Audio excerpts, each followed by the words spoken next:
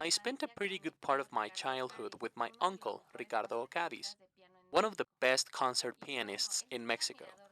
And well, being himself an admirer of John Williams, he ended up taking me down the path of cinema.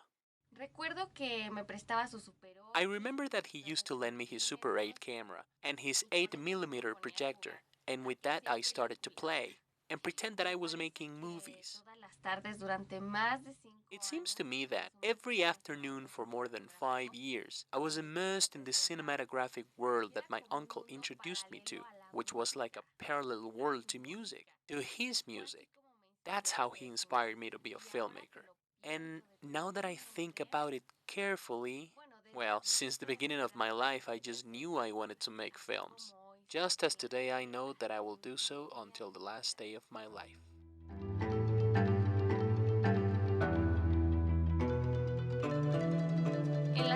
In the editing room of Love Without a Casket, my latest short film, the film montagist Roberto Eduardo Arenas Farquet and I faced a challenge. The literary script and the images composed for editing wanted to be one and the same.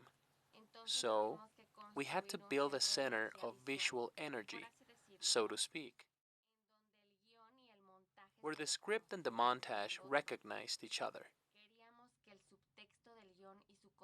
We wanted the subtext of the script and its focus on some of Jung's theories to come to life, and we achieved it after all. So this has been, for me, one of the greatest communions in terms of cinema that I have personally experienced since my beginnings.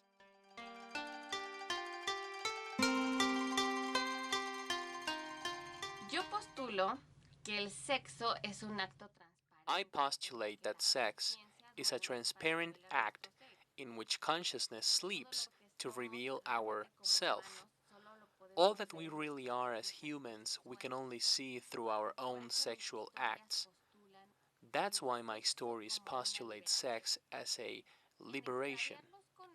In Misplace the Rabbits, this short film nominated in this beautiful festival, the Tokyo International Short Film Festival, sex is glimpsed as the final destination of a girl in risk. What do I mean? Well, that soon that girl will be a frail teenager and that she will be alone.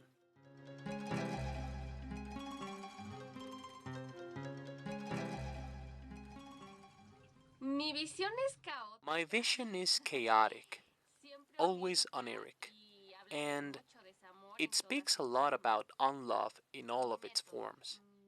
My method, well, it's quite simple.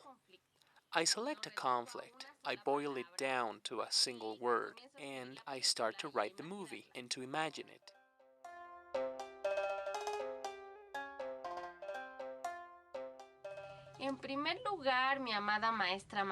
First of all, my beloved master, Maya Milos. Well, metaphorically, it's as if she had frozen my brain at a certain stage, at the one called the suffering woman who enjoys sexual life. I cannot put aside the impact that her movie Clip has had in my life. Seriously, both as a director and a writer. Because without a vision like Maha Milos's, without her messages of pain, I will not be able to understand well what I want to do now with my cinematographic style and with my stories, because thanks to this master filmmaker, I now dare to show what I really want on the screen. And that's why I appreciate her so much, and her film. Mrs. Milos is like a relative who understands me perfectly. She's like an old friend who makes me feel safe. Secondly, the motion pictures of the great master Woody Allen. Always so loving, so grandiose, that when I watched them for the first time, I couldn't fully understand such huge love. Because my way of making movies is, and was about, this lack of love. But my master Woody Allen has ended up forming this idea of love in my head that contradicts me every day. And this is how this influence of love becomes sad visual poetry when I make movies. In fact, it was the film Cafe Society that ended up breaking with any conception of heartbreak that I had accepted in my reasoning. For this, I am very grateful to Mr. Woody Allen. For me, he is, well, he is like a mentor, like a good friend, just like Milos, but one that accompanies you during the worst moments. Mr. Allen is a respectable person, a person of honor in whom I firmly believe till the end.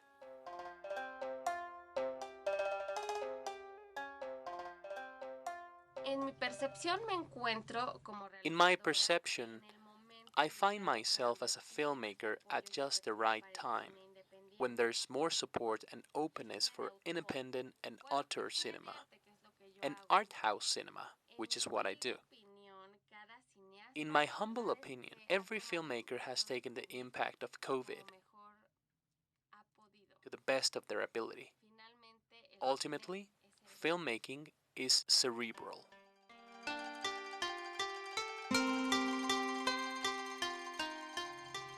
Tu obra artística, amigo creador. Your artistic work, creative friend, will be what you want it to be. It will automatically eliminate what doesn't fit with your ideologies as an artist. Because your work will be eternally faithful to you, even if you experience hardship by its side. In the end, you will both be able to see the sun shine together. Because, be sure about this, your work breathes and feels and reasons better than you do. So, fellow filmmaker, fellow artist, never stop pursuing artistic freedom. Because those who hate cinema and claim to love it still don't know it, and they may never do so.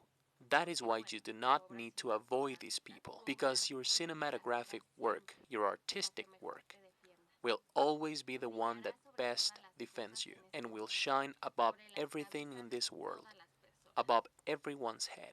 Nunca dejes de ser feliz con tu arte. Never stop being happy with your art.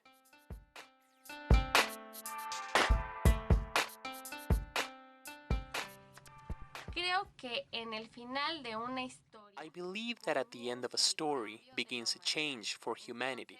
Hagamos buenas historias. So, let's make good stories.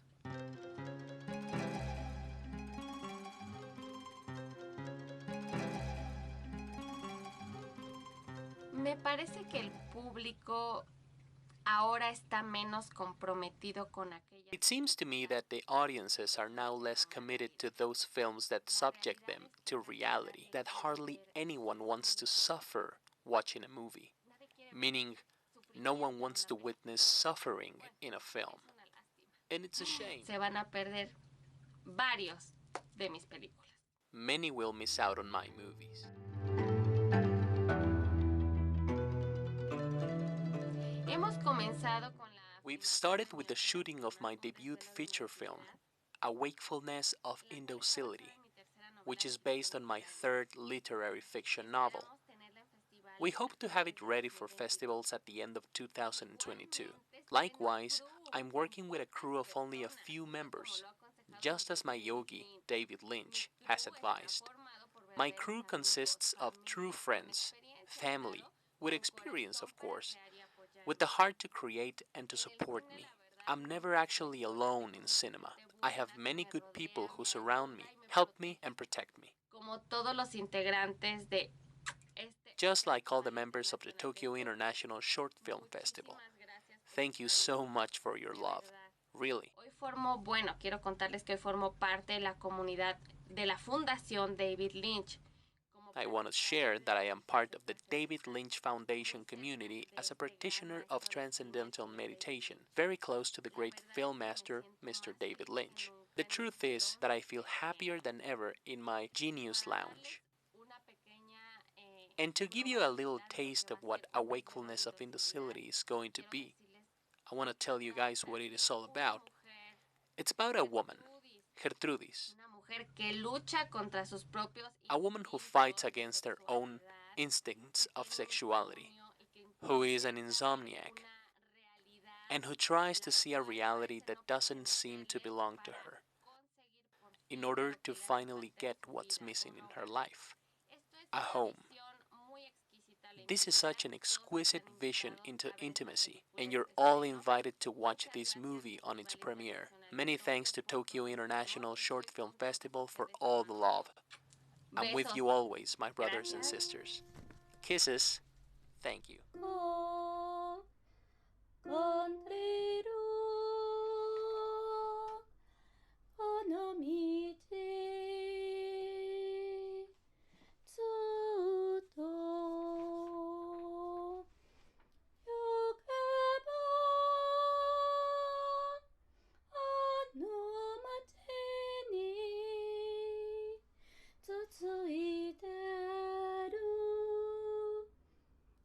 Su